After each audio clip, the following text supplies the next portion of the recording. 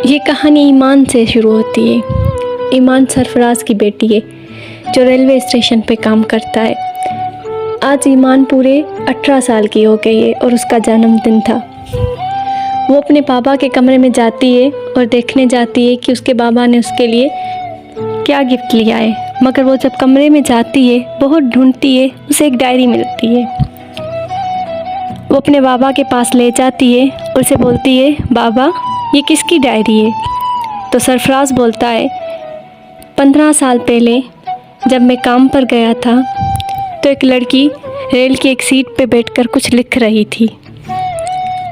Rail जब एक station पे रुकती है वो वहाँ से चली जाती है और फिर रात हो जाती है। रात जब मैं घर आ ही रहा था तो मैं देखता हूँ उसकी सीट पे ये डायरी पड़ी होती है। मैंने उसे बहुत ढूंढा मगर वो लड़की नहीं मिलती। तब से मैं यहाँ लेके आया हूँ और 15 साल हो गए मैंने इसे कभी पढ़ा नहीं। तो ईमान बोलती है, आज चलो मैं पढ़ लेती हूँ इसे। उसका पापा उसे बहुत मना करता है कि नहीं, ऐसे किसी की डायरी नहीं पढ़ते।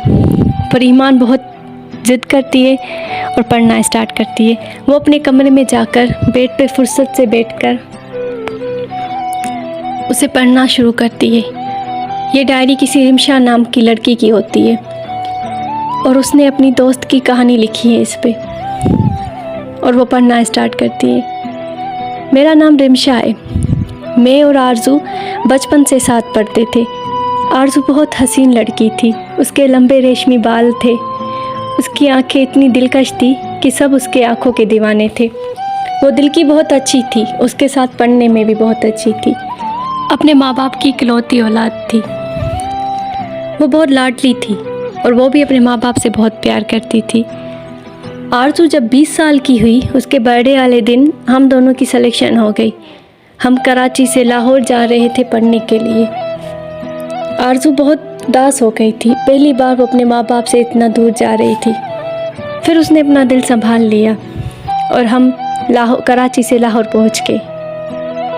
और आज हमारे क्लास का पहला दिन था। आरजू ने ब्लैक कलर की ड्रेस पहनी थी। वो ऐसे ही जा रही थी तो मैंने थोड़ी उसे ज़िद की कि आरजू, आज तो हमारा पहला दिन है और अब हम स्कूल में थोड़ी पढ़ते हैं, थोड़ा तैयार श्यार हो जाओ। तो आरजू मना करने लगी कि नहीं, हम यहाँ पढ़ने आए, तैयार होने थोड़े आए। मगर मेरे ज़िद करने पर वो मान गई। उसने आँखों में हल्का सा काजल लगाया, अपनी थोड़ी लटें निकाल ली और हल्की सी लिपस्टिक लगाकर वो किसी परी से कम नहीं लग रही थी। और हम दोनों फिर क्लास में चले गए। वहाँ पर हमारे 2 और दोस्त बने, अलीज़ा और रुखसार। वो दोनों बहुत अच्छी थी। हम बहुत मिलते जुलते भी थे और हम साथ एक कमरे में भी रहते थे। हम फिर क्लास के बाद कैंटीन चले गए। वहाँ पर हमें अलीज़ा की बहन सिद्रा मिली। हम बैठे थे कैंटीन पे तो अचानक वहाँ पर एक लड़का आया। वो बहुत हैंडसम था। हर लड़की की नज़र उस पे थी। सब उसे ही देख रहे थे। वो जब कैंटीन में आया तो उसकी नज़र आरजू पर पड़ी और वो आरजू को ऐसे देखता रहा जैसे कोई चांद को घंटों तक निहारता है। आरजू को ये अच्छा नहीं लगा। वो अनकंफर्टेबल फील हो रही थी। तो उसने बोला, ये पता नहीं कौन है जो कब से मुझे घूर रहा है। फिर सिद्रा बोलती है, पागल हो क्या तुम? तुम्हें पता है ये हमारी यूनी का पॉपुलर लड़का है। हर कोई लड़की चाहती है कि दानिश उसे देखे और आज पहली बार दानिश ने किसी लड़की को देखा है। बहुत खुश नसीब हो तुम। पर हमारी आरजू को ये बात अच्छी लगी नहीं। वो चली गई क्लास में। क्लास के बाद जब हमारा दूसरा दिन था तो एक और नई हरकत हुई। हम अपने बेंच पे बैठे ही थे।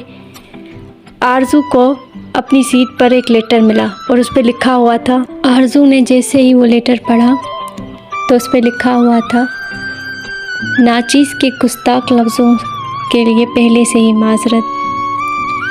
आज जब क्लास से गुज़र रहा था तो आप सीढ़ियों पे बैठी हुई थी।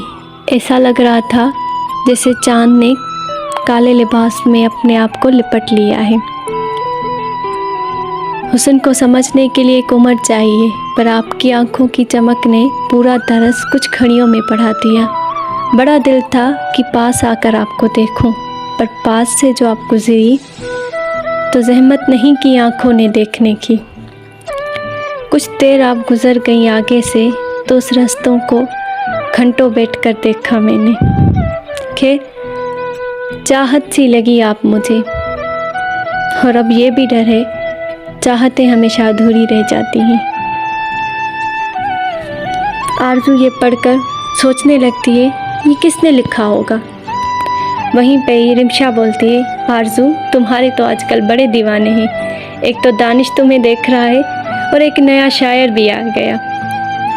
आरज़ू की ज़िंदगी एक नया मोड़ ले जाती है। आरज़ू तो यहाँ पर पढ़ने आई थी, पर उसकी ज़िंदगी में अब ये दो लोग आ गए, एक वो दानिश और एक ये शायर।